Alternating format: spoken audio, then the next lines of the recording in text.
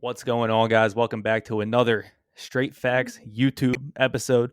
Second time YouTube guy with me, the now official, longtime Straight Facts listeners are going to be happy to hear that, NFL draft analyst of Straight Facts, Matt Valdovinos. Matt, I'm happy to have you. If there's one guy we wanted for the draft specifically, it was you. You eat, sleep, drink this. I mean, we've seen it on our Twitter timelines for years now. You're a big NFL guy, but I would say you're an even bigger draft guy. So we're going to kick off a little mini series here. We're going to get used to seeing your face on the YouTube episode because I know you got a lot to get out about these prospects. And we're going to start with probably the most coveted going into every draft. That's the quarterbacks. And I came in uniform, Matt. ACC, yes, sir. ACC champions, because I know you're going to disrespect my man Kenny Pickett. But I think we've narrowed the list down to 8, right, Matt? So we're going to go through the 8 guys that we can confidently say are going to get drafted in this draft. And we got to hear your thoughts on them. So if you just want to kick it right into it, Matt, start with number 8. Absolutely. And with 8, I mean, I think these are the 8 guys. Obviously, there will probably be more than 8 drafted, but these are the 8, like you said, that we feel are very confident, 100%. These are the guys that we're going to hear their name called. All the other guys you don't know. It's just dependent on what a team's going to love. So these are the guys that we feel absolutely confident are going to hear their name called come the draft. But number 8, the very last person that we're going to talk about today, or I guess the first person, but the lowest on the ranking, is Bailey Zapp out of Western Kentucky. I'm sure you've heard of him. A lot of people have one of the most prolific quarterbacks in NCAA history. He had, broke Joe Burrow's records. Obviously, not necessarily the same level of competition going from the SEC to Western Kentucky, but Zapp's a really, really fun player, an electric playmaker, a very, very aggressive quarterback, someone who's more than willing to try and make these short, tiny, small window throws. That is not something you typically anticipate to see from college quarterbacks, and I think that's something that really pushes him forward. There's going to be a weird very Taylor Heineke vibes in terms of you don't necessarily want to draft him to be your long-term quarterback, but if he's your backup, I could absolutely see him coming in, just shredding a defense, know he's got nothing to lose and just launching it. That's very much the kind of gunslinger attitude he plays with, is just a little bit, smaller than the normal guys who love that. And Heineke's kind of the same way, though, the extreme, very, very small, and the arm isn't great for that. But right. I think Zapp's very interesting. A lot of people really like him. A lot of people, don't necessarily want their teams to take a quarterback in the first round and have identified him as the guy that they want on day 2 or day 3. The high-end traits aren't really there for me, so it concerns me that he's just not going to be able to complete those small window throws at the next level. But absolutely, there's talent there. There's going to be a reason he hears his name called, and I'm excited to see what he does in the NFL, because it's a very exciting watch. Yeah, I mean, Bailey Zapp threw 62 touchdowns this year, I believe. And, yeah, it went crazy. You mentioned something at the top there that is the most interesting with me with Zappy, is how aggressive we saw him get. They really ran that Western Kentucky offense to where they just let him do whatever. Where does that aggression translate now at NFL game speed? Because obviously he's going to have to get honed back. Where can you see Zappy kind of making his impact in the league? Well, a lot of over-the-middle throws is where we're going to see a lot of, especially like you'll notice there's a trend with shorter quarterbacks do not like to target the middle of the field. It's more crowded. It's difficult to get the ball in there. But guys like Patrick Mahomes, Aaron Rodgers, they love that because they know that they have the arm talent to fit those balls in there. I think with Zappy, we're going to see that. We're going to see an attempt on those throws, and sometimes it's going to lead to big plays, because there's a reason they're so highly difficult, and it's because you get the defense in a really off position, especially if you can get one of your wide receivers crossing, running this mesh over, trying to get a mismatch on the linebacker. And if you can see, him try to get that ball into that window, it'll give your players a chance to make a play after the catch. But at the same time, there's a lot of risk in there. If, a better player, one of the better linebackers in the league, a Fred Warner, someone like that, right, they'll get their hands on the ball and they'll make you pay if you try and put it in there. So it's just him learning what he can and can't do with his own arm. That's the biggest thing with young quarterbacks who want to really be aggressive and have this gunslinger mindset. It's knowing what throws you can make and knowing what throws you can't make, and that's going to be the big adjustment for him and decide whether or not he's successful at the next level. Right. And the last question on Zappy, and I want to ask this with everyone. If you're an NFL GM, what round are you drafting Bailey Zappy in? I'm going to say probably the 4th. That's kind of my golden... if there's a day 2 quarterback that I don't love, right? Like if there's a quarterback who makes it out of the first round, we saw with like Drew Lock, they're going to go in the first 10 picks of the second round. After that, I think the 4th round is kind of where I feel really good. And so for the next couple quarterbacks we talk about, at least the next one as well, it'll also be a 4th round grade. But that's where I would take him very priority day 3, one of the more important day 3 players, because if you can, hit on that pick, that does a lot for your franchise. Right. So I like that. I actually liked Bailey Zappy made the list. When we cut it down to 8, I wasn't sure if he was going to necessarily make that cut. Mhm. But you said the next quarterback's around the same area. Let's go right to it. Who's your number 7? Yep. Next up is going to be Caleb Ellaby out of Western Michigan.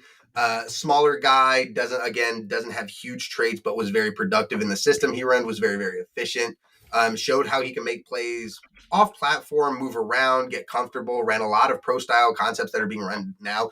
Western Michigan does a lot of like what Kyle Shanahan loves to do, what Sean McVay loves to do, getting their receivers running across the field on these shallow routes, getting them to do open. And Caleb Ellaby ran it pretty much to perfection. He was very efficient. The concern about him is he's not going to elevate a lot of talent over your team. But if you're getting a guy, we just talked about, I feel with him in the 4th round, I feel good about that. If you get a guy like a Jimmy G level player, then you're starting to make value, right? That's a good pick for a team.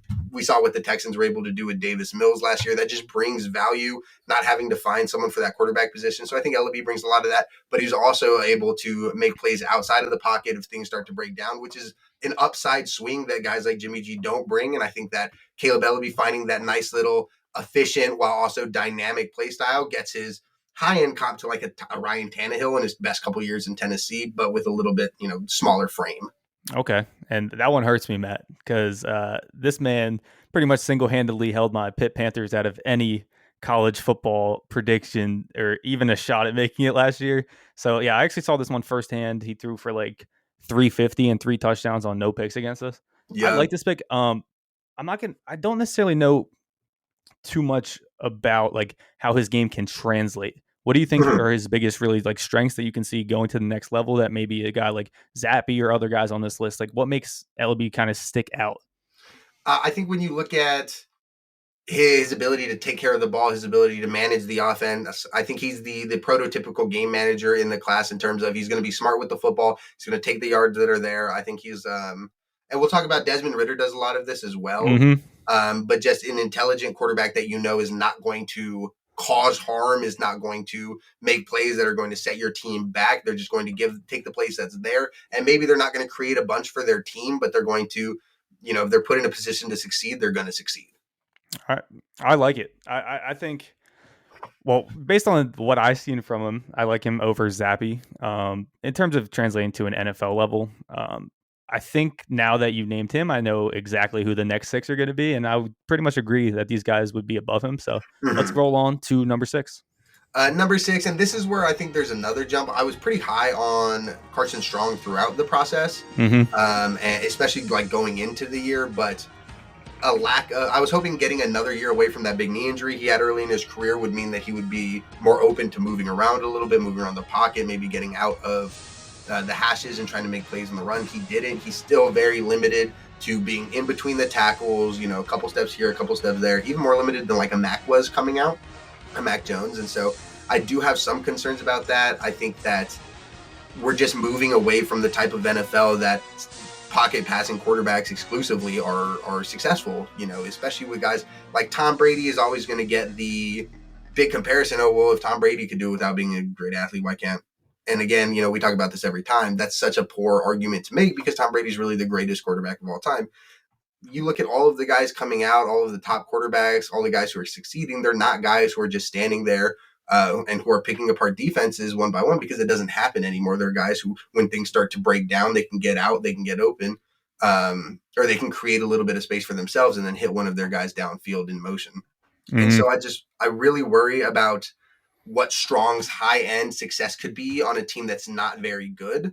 But I think in terms of if you get him to a team like Mac Jones got to with the Patriots that are willing to invest in protecting him and building that around him, I think you have a really, really talented passer. I think you have a guy with a big arm, a guy with good touch down the field, a guy who can place balls really, really well on a vertical offense. I think he's got a lot of potential, but it all starts with the offensive line. It all starts with his inability to create plays for himself. And so I do worry that on the wrong team, it's just not going to be successful and it's going to crash and burn really, really quickly. Undoubtedly. I think the medical history here, which you mentioned, is really kind of a red flag. But on the other side, I think this is one of the best arm talents in the draft. He's also been maybe one of the most consistent guys throughout his college career going into it. And I mean, that kind of sounds like maybe not as much with the arm talent, but it sounds like Mac Jones. So I'm not mad. I like what you said about an offense to take him in. I'm not sure he's a start him now guy. Obviously, this is a guy you're going to look to develop, but I think he's willing to take a shot. I would take a shot on him. What was it? A right knee surgery. So I think mobility kind of is out of the picture here, but everything else There's been a intangibly couple wise. too. Apparently, it's not just like the surgery. There's like a degenerative issue. So there's a couple like major concerns. I know some teams don't even have him on their board. Wow. Yeah. So there are major concerns around that knee, but I do anticipate that some team's going to draft him. Some team's going to like him enough. The arm's going to sell them, and they'll try and build up around him. But also, if he does fall past a certain point, it gets to a point where any team that takes him isn't taking him to be the quarterback of the future, but is just taking him because he's a value at that position. Right. So but on our NFL GM hat again, have we moved out of the fourth round, or are we looking at another fourth round guy here? I think Carson Strong's arm is too talented to not take him on day 2. I think if you can get him into a spot that's really going to be successful for him, a team that wants to air it out, maybe a team like Indianapolis, a team like Washington could even make sense. Teams that want to push the ball down the field, who want to air it out, and who already have a solid unit in place for protecting their quarterback, as well as having not a long-term answer there. Yeah, I could see it. I also think this is a guy that, like, if that does go right, that scenario does go right, like, given the opportunity, given maybe 1 or 2 years of growth, is a guy that I would trust as my starting quarterback. Absolutely. And like we said about some of the other guys, he's an intelligent quarterback. He takes care of the ball relatively well. I think a lot of his interceptions and a lot of his pass deflections came from trusting his arm, which isn't necessarily something I'm super concerned about, because he, unlike some of the other guys, does have, that higher tier arm. I think his arm's probably better than Pickett's. I think it's better than Ritter's, Howell's, or Corral's. I think you're really only competing with Malik Willis for who has the best natural arm talent in the class. It's just the rest of the stuff. Can he get over it with just how impressive his arm is? Well, you stole my last question. I was going to have you rank his arm. So we can move on to number 5. Who do you have number 5? Number 5, I have Malik Willis, which is a bit of a shock to some. Yeah, not nearly as big a fan of Willis. Hold up. This is a guy that people see going 1 out of all these guys right now. I think Malik Willis is probably the consensus quarterback one. I would agree. We'll see if he's the first quarterback taken. I don't think any quarterbacks will end up going top 5. So I think the Panthers are the first team to consider one seriously. And I think they probably like Pickett more than Willis. So there is some. We'll see if it all turns out. Some people would say that the Lions are going to go Willis, but I don't think. Well, we're talking 1 and 2 right now, so I need to hear why he's 5 on your list. So first and foremost, Liberty did not do much to help him, which I'll admit. But some people want to use that as imagine if Malik Willis gets into a real offense. Hugh Freeze is the head coach at Liberty is a very well respected offensive mind, and has a long history of being an offensive, not necessarily guru, but play caller and longtime college football offensive coordinator. So I wonder, you would think that a guy like that with that kind of experience, Hugh would call something a little more intricate, a little more complex for Malik to push the overall abilities of that offense, and they didn't. It was a lot of short game. It was a lot of get the ball out of Willis's hands, a lot of one decision type of plays, very similar to what the Eagles do with Jalen Hurts. And so my concern is that there's something there that's causing Hugh Freeze and Liberty to tone it back a little bit. I think the accuracy is very much in question now. In terms of the upside, Malik Willis absolutely has probably the best arm and is probably the second best runner in the class. So the upside is absolutely there. But in terms of, I just think there's a long way to go before he puts it all together. And unlike some of the other guys like a Desmond Ritter at least takes care of the football, and he'll give you plays that are there. He'll take the yardage that's there. Willis is more than willing to give the ball to the other team. If he thinks there's a window for him and there's not, he's not. It's not okay, let me think about this and then make that decision. It's a snap, let me throw it in there. So there's tools to work with. I know teams like Pittsburgh love him, but he's not a dude who I think can start year 1. And there's a lot that whatever team brings him in is going to have to work on before I think he's ready to even give you time as a rookie. I think the next 4 guys all ahead of him at least give you an opportunity to play as a rookie, as well as having a good enough ceiling that they leap Willis for what he's able to do. Yeah, I mean, I agree with you on the fact that he's, not maybe a year 1 starter guy. But I think the upside here in what I would call, maybe you don't look at it this way, of a weaker QB class. Absolutely. Undoubtedly a weaker QB class.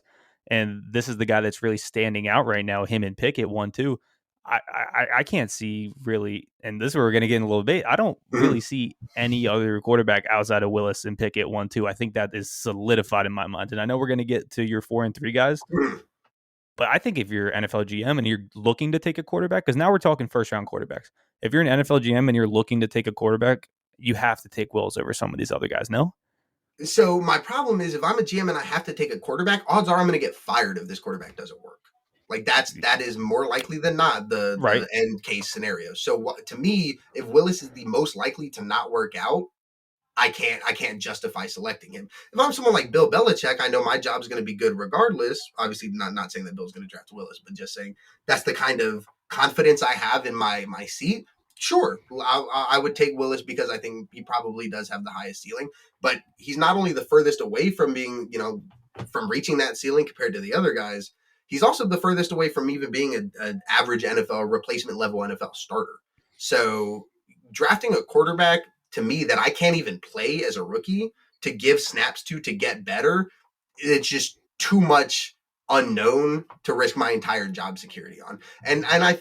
So the reason I have him at 5 is because I create my board as if I was a GM, right? Like that's the long-term goal, is for me to be a GM.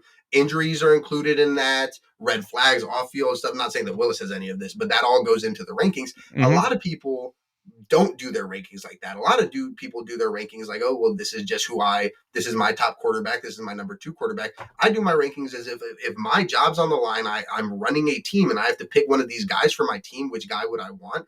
That goes into it. And that's why Willis has dropped down to 5. I just can't risk putting the future of my team, putting the future of my career on someone so far away from being ready to play. Yeah, that's tough. But I ain't putting the future of my team in Sam Howell or like some other guys. But maybe not. But I think those guys at least give you replacement level play at their floor, right? I think everyone else we talk about, I think will start at some point in the NFL and will be a average level starter, right? I think Malik Willis is never going to be an average level starter. I think he's either going to be a really, really good starter or not starting or not playing well. Right. So I'm interested to see, and you've talked kind of through it, but we acknowledge he probably has the best arm strength, right, in the draft. We acknowledge he's probably the best dual threat quarterback. If not, he's number 2. I think he's the second best runner behind Ritter. I think Ritter's just a better runner. Willis kind of runs like Willis kind of runs like Corral does. Very aggressive, very put my shoulder into you. Ritter is, let me get down, let me pick up the yards. Just the selection and when to take off, what to do after. I think Ritter's just a much more natural, efficient runner. What I'm getting to is I would say probably Willis has the best athletic, best package, talent-wise, arm strength, everything besides playing. Is that your issue with him actually playing the position of quarterback? You just have question marks about? There's just too much. Yeah, 100%. That's what it is. I mean, we know the arm is great. We know he's a great runner. The frame is solid. He's well built. He's a little short, but that's not the end of the world. I mean, Kyler, Russ, Baker, Drew Brees. I'm very much over the quarterbacks have to be tall narrative. But yeah, the actual playing, like you said it perfectly, the actual playing of the quarterback position is to me very important to when evaluating quarterbacks. It has to be. You're right. And I just don't think he's as good as it as the other 4. And I think he's so much worse than the other 4 that his plus physical traits don't push him over. And then the other thing too is the top 4 guys the next 4 guys, none of them are scrubs, right? None of them have even average. I think all of them have above average traits in these things as well. Because what the class isn't lacking tools, it's lacking polish. Okay, I like that. All right, well let's get to those next 4 guys. With your number 4 guy, who is that? Next one's going to be Desmond Ritter. Some people love this dude. Some people swear that this dude is not only QB1 but like a very, very good QB1. So I think that this is partially just a bad quarterback class. One guy's going to get elevated by a group of people. Another guy's going to get elevated by another group of people. Ritter, I think, gives you the best dual threat plug and play starter. I think he's got enough time under his belt. I think he's seen a lot. He's played, Alabama. At Cincinnati, he's been like a 3 or 4 year starter, school legend, just overall phenomenal young quarterback. But the accuracy concerns are major. Like Willis, I have concerns about not just his accuracy, but also his play breaking and what he's going to do on certain passing concepts. I don't think he's as far developed. I think Ritter is, and I think Ritter knows where to go with the ball. Sometimes he just can't. Sometimes I have major concerns that he's not going to be able to utilize the boundary at the next level, and that severely caps his NFL ceiling. If you can't make outs, if you can't make, long digs, you're pretty much eliminating sideline throws, you're going to have a really hard time beating defenses at the next level. And I have major concerns with Ritter like that. I think he's probably got the worst arm of these top 5 guys. And if it's not the worst, it's right there with one of the others. I think, he's smart with the ball. He takes the yards that are in front of him, especially with his legs. I think he's just a nuanced runner, a lot like Jalen Hurts was coming out. Just a savvy, picks up yards, isn't running to run or isn't running because that's just the first instinct. Stuff breaks down and they're moving. They're moving because they don't see what they want on the field, and then they have yards to go pick up. And that's why Jalen Hurts was so productive running this year, is because he was so aware and adept at knowing when to leave and how to leave. And I think Ritter's very good at that as well. Yeah, I think Ritter's pretty solidified as maybe what you're getting. Yeah. You're getting a 4-year starter. I believe he was 4 years at Cincinnati. Probably the guy that won the most football games out of any of these prospects, really coming in with the most success, the most, experience of any of these guys. And really, him and Pickett are the only guys I'm looking at in this draft as first-year starters. So if you're a GM willing to take that, I agree. I like where you have Ritter. It's between him and Howe for me, really, is the next spot. But I think what you said about how we don't know, like when he has to make a sideline throw, is he going to make that throw? Right. When the play breaks down, he's good, but how good is it like on the next level? Yeah. I think these are the concerns of Ritter, because in college, especially playing in the conference you played in, you're going to be the best player on the field sometimes, and you're just going to be able to do that. And I think that is where the question marks are with Desmond Ritter. Yeah, absolutely. And like we said with Malik Willis, it's the actual playing the quarterback part. I think Desmond Ritter. I actually like Desmond Ritter's playing the quarterback part. So as I a do college too. quarterback. I'm just worried. Yeah. Like I said, I think he knows where to go with the football. I think he's making the correct decisions. A lot of times he just doesn't have the touch or to place the ball where he needs to place it. And a lot of people, the one thing I hate the most is that a lot of people like to bring up Josh Allen, and that's their go-to. Oh, well, he fixed his accuracy. He went from being an inaccurate college quarterback to an MVP level quarterback. That's just recency bias. How many guys did it? And how many guys did Josh Allen is the outlier for drafting. As anyone I've ever spoken to, like some people were like, oh yeah, I was a huge Josh Allen fan because he had a huge arm and he was able to run. But most guys with big arms who are not accurate at all in college, pretty much like 99% of them do not translate, do not work out in the NFL. Josh Allen is very much the one where he took a full 180 and flip stuff. So is it possible to fix your accuracy? Sure. But would I bet on someone to completely change who they are or how they attack the quarterback position? Probably not, because I think there's going to be a ton of self-reflection that some guys just do not need to go through. Right. All right. I think that was a good analysis of Desmond Ritter's whole. So top 3, Matt. We know who the quarterbacks are. We don't know what order they're going to be in. I have a feeling you're about to break my heart at 3. I am, because number 3 is Kenny Pickett. As far as before you get into this, I've been throwing mini jabs at Sam Howell, and I'm going to let you talk about Pickett. There's no way I'm taking Sam Howell over Kenny Pickett. The big concern, relatively similar. The only difference is when Howell was dominant or having his best season, and then went to having a worse season, everyone left. The entire offense did. But we'll get further into that. Yeah, we will. I want to hear about Pickett. Pickett, as far as the frame goes, the physical tools, the most prototypical NFL, air quotes, NFL size, ideal size for the quarterback position. 6'3", 6'4", hefty frame, strong arm, can pretty much put any throw you need, and does have some wheels. Yep. I wasn't a fan of the fake slide, but when it happened, I was hyped. And so I think when you look at just as far as the physical specimens go, Kenny Pickett is very much the traditional, this would be the top quarterback in 1990, right? And I think there's some value to that. I think, you can project him to probably be the healthiest. You can anticipate his game to translate to cold to warm weather. There's a lot of detail in the smaller quarterbacks that people don't want to talk about, like the middle over the field stuff. I think Pickett gives you all of that in the package. The problem is he flails, or he floats a ton of throws. Very Dwayne Haskins-esque in the the amount of times he just overlobs it past a receiver. That is a very difficult thing to adjust in the NFL, and it doesn't get easier in terms of the coverage or the spacing. So Kenny Pickett getting past his 1 to 2 misplaced passes a drive is going to be huge. But I do think in terms of the NFL thinks that he's the most NFL ready. I probably would tend to agree in terms of I think I'm the most comfortable of him, knowing that this is going to be my starter, not knowing anything else. If I was blind on who my line is, who my receivers are, who my tight end are, and I just had to take one, I think it would make sense for Pickett because I think you can fit him into a lot of different things and he's going to have success. But like I said, that the tendency to float stuff is really, really concerning to me because it's just not something that's commonly fixed. Yeah. No, I can see that. That's fine. There's one thing I think he can work on his progressions, getting through his progressions better. I think he was overly reliant on Jordan Addison last season. But when Jordan Addison wins the Blitnikoff, I mean, he was that good. I mean, sometimes your first option is your best option, and when he's that open. But I do think when we saw him get further into progressions and kind of overly rely on getting outside the pocket, that stuff maybe doesn't work as well in NFL speed. But with that being said, he's also the quarterback I trust the most when a play breaks down. I mean, he will get out of the pocket in the NFL. Maybe he won't run for 10, 15 like he was doing at Pitt just because the speed of the game.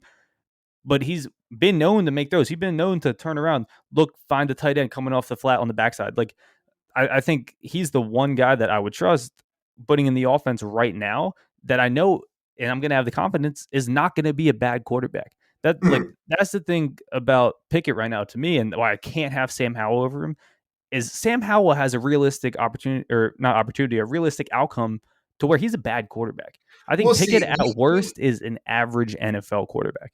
I think with Howell to be the problem with my issue with, so the one last thing I'll mention about Pickett before we get into the Howell and Pickett stuff is that there's another concern that it took him until year 5 to really have this explosion so there are some concerns in there with how, he came out as a sophomore. Well, he played as a true freshman, but then had his huge year as a sophomore, right? So we're talking about guys who's Pickett's just got off his best year of his career by far in year 5 versus Sam Howell, who's, 3 years in. And the third year is the only year he was not a great passer. And when you look at things, Sam Howell lost Diami Brown, his number 1 receiver, Daz Newsome, his number 2 receiver. Both running backs. Javonte Williams is number 1 receiver.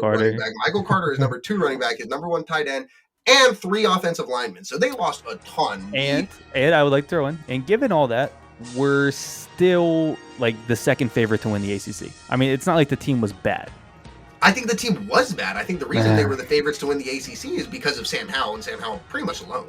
Yeah.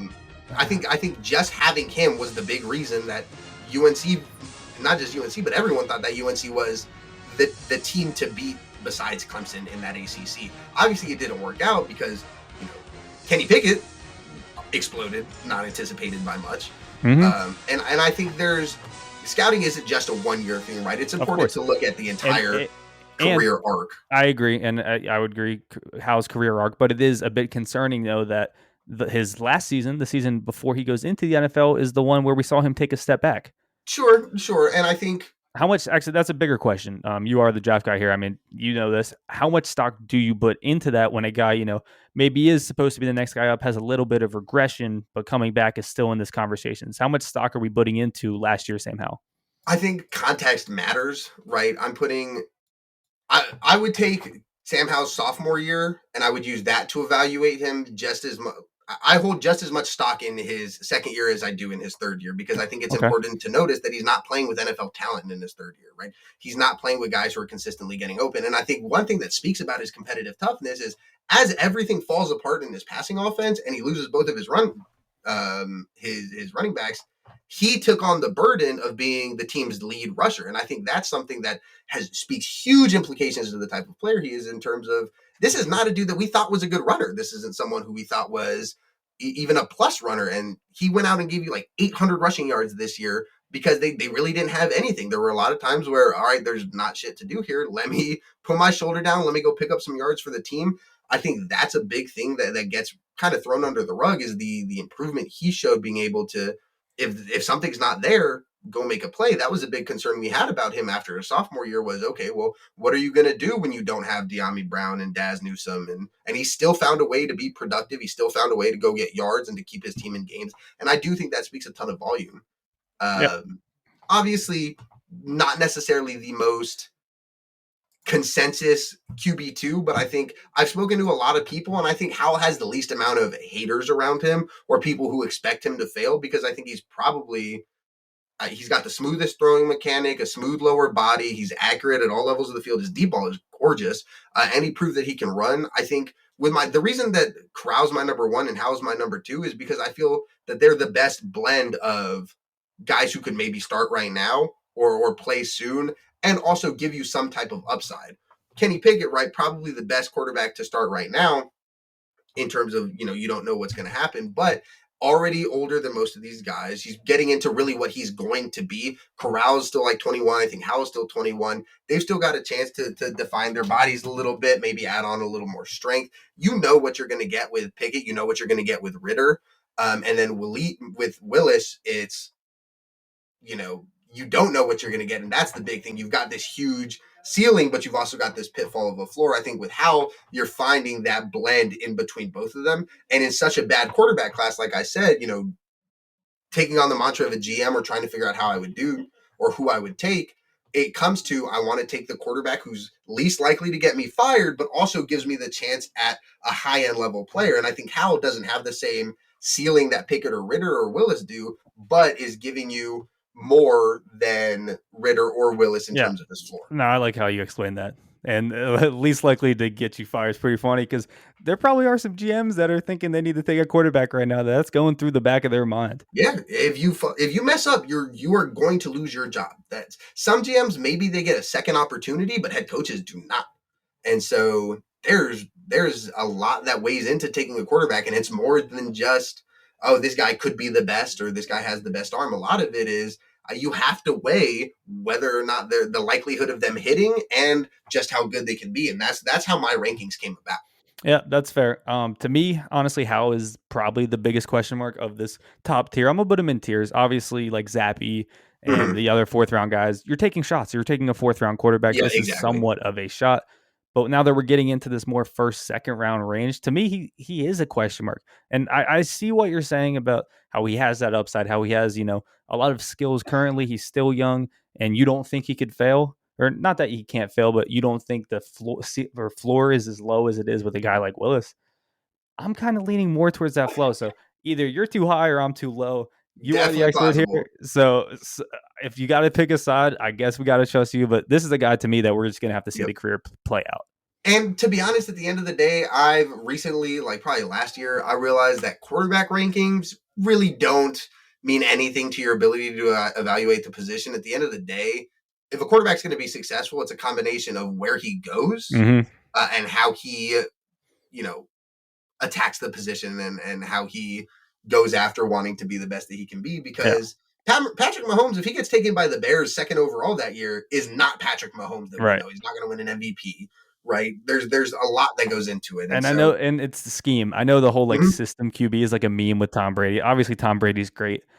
And this isn't about Tom Brady. This is about basically all 32 teams. Yeah, every flip-flop quarterbacks in the NFL. If every quarterback gets a new team, the top 10 quarterbacks in the league look a lot different next year ranking them. So, well, yeah, I like what you said. But let's get into it, Matt. You're number one. I knew you were going to have this guy number one. Number one. He's been my number one for a long time. And I know. People have flown off of this ship. Like, we went from like 2 or 3 months ago, people were talking about Matt Corral. I was like, oh yeah, he's still one of the top quarterbacks in the class.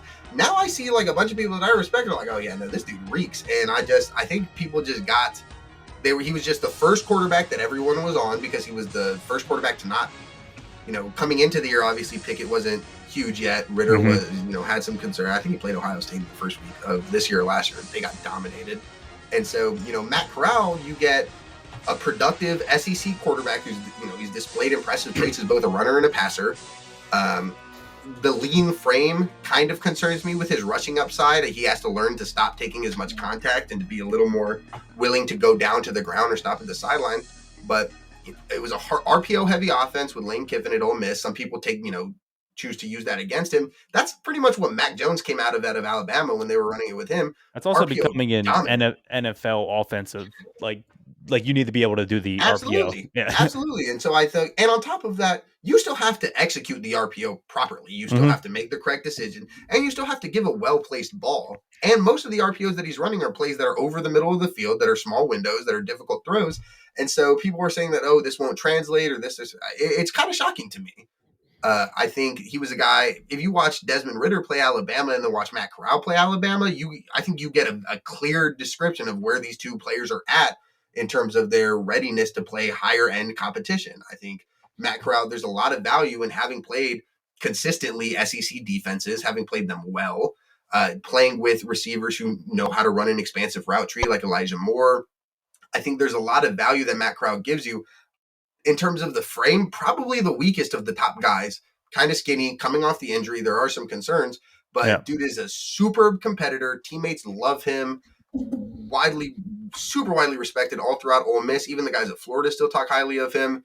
This is a dude that I think you get the perfect middle ground between. I think he's ready to start. I think he's accurate at all levels of the field. Maybe not super developed in terms of where he is as a quarterback because of the RPOs that they did. But Mac Jones, like I said, not only came out of an RPO heavy system. When Bill took him in, he was, okay, let's run what you did in college. Let's be successful. And they were. I just think with Matt Corral, it's a lot of people got tired of scouting him and he just continued to fall down. But he's the same player he was when the season ended. So I don't know why I would change my rankings much. I think he's a dude and the best part too, with all of this, I think he's going to slide a little on draft day and he's going to end up being in probably the best spot. Yeah, that's actually something to look at. I agree with you. Where do you think he'll go draft day? 3, 4? I think Willis and Pickett will be the first two taken. So Corral could go anywhere from, I think Corral will probably be the fourth quarterback taken. 3 to 5. I think Howell and Corral will be the fourth and fifth quarterbacks taken. And who do you think's third? I think Ritter will be third. Though really? The Saints might take Ritter with one of the picks they got from Philly. Interesting. Yeah. That's what the streets are saying. But I just want to touch on Corral. Junior year Corral, I wasn't sold on it. Obviously, he was the big name. It was really him and Howell were the two I was hearing going into this last college football season. Yeah, Rattler, right? What happened there? But that was because I saw him throw some bad interceptions. When he missed to me that year, he just missed. It wasn't close to the receiver. It was super inconsistent. Yeah, it was super he had inconsistent. One game. Yeah, he would have a game of like 400 yards and 4 touchdowns, and then he would throw like 3 interceptions to Purdue. Right. So while I think he shored that off with this past year, I think he had a great year at Ole Miss. Not the QB stats weren't as mesmerizing, but that's just the offense they ran.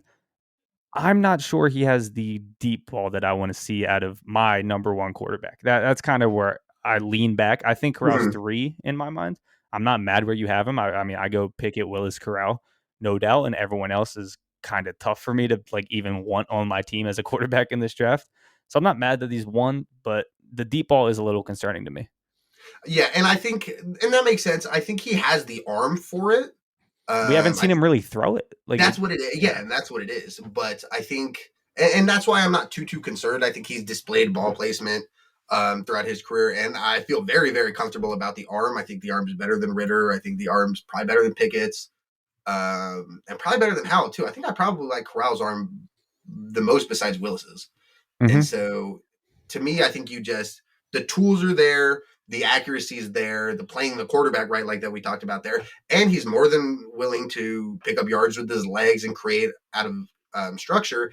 These are all just the things in terms of, like I said, the player least likely to get me fired with some type of higher level ceiling. And I think he's got a higher range of outcomes than Howell does. And that's why he comes in above him. All right. Well, Matt, I appreciate you. This was a lot of fun getting through the quarterbacks. Run it back. We had Corral 1, Howell 2, Pickett 3, Ritter 4, Malik Willis 5. I want to hear in the comment section below where do you guys have a problem with this? Where was Matt right? I think I'm going to know where people have a problem with this one. It's going to be that number 5 spot. But I want to hear it. Tune off in the comment section below. Matt Valdovinos now officially the Straight Facts NFL Draft Prospect. Make sure you guys are hitting subscribe because we're going to drop a whole lot of these videos, Matt. You're going to be ready by draft time if you stay with us here at Straight Facts. I'm Kyle Sirik. Matt Valdovinos, thank you very much. We'll see you guys in the next one.